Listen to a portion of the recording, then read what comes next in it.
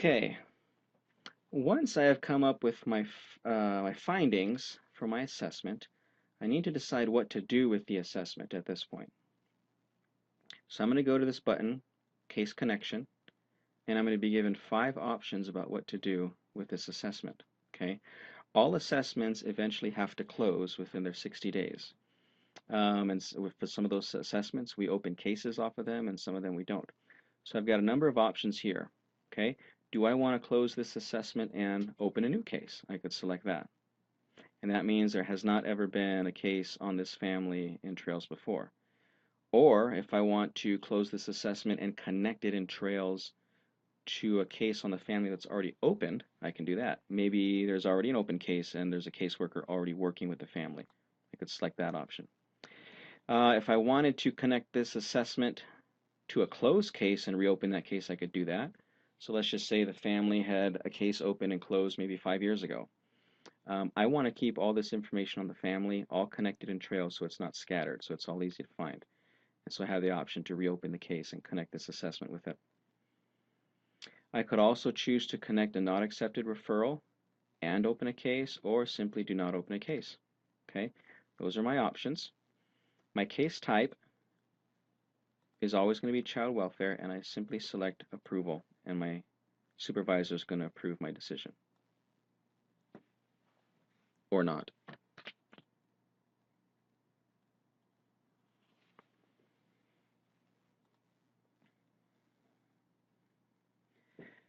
So now we come to the assessment closure window in Trails. And this is the one at the far right. It says assessment closure. So once I have my findings in there, once I've got my case connection in there about what I want to do, if open a case or not, I need to close out my assessment. Okay, so at the top left, I'm going to select Close Assessment. I have a pop-up screen here. Assessment cannot be closed if an allegation is founded and the supervisor has not approved the finding. Okay, so this apparently means I'm trying to close my assessment before my supervisor has approved of my founded finding. That's okay. I can still walk you through all the do's and don'ts. Okay, so let's just say she does approve it, and I wonder if I can approve it myself. Perfect. Okay, you won't be able to do that, but I was able to, so we can move forward. So I select assessment close, and I'm going to need to document here what the initial allegations were, what my conclusions were, a summary of how we interacted with the family, and recommendations for moving forward. Okay,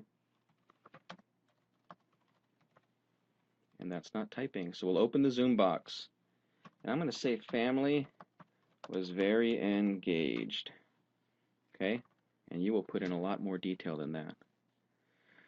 Trails wants to know, will a DNN be filed? Okay, so this is asking, am I going to close this assessment, open the case, and file a DNN petition, a dependency neglect? If I do, then I'm going to say yes.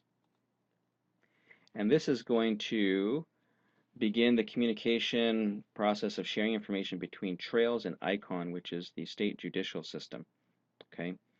At the very bottom, if for some reason a safety assessment was not required in this assessment, I select the box and then I pick the reason.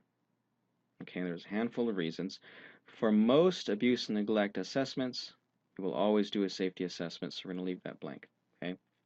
And then finally, I select Add and Approval. Okay.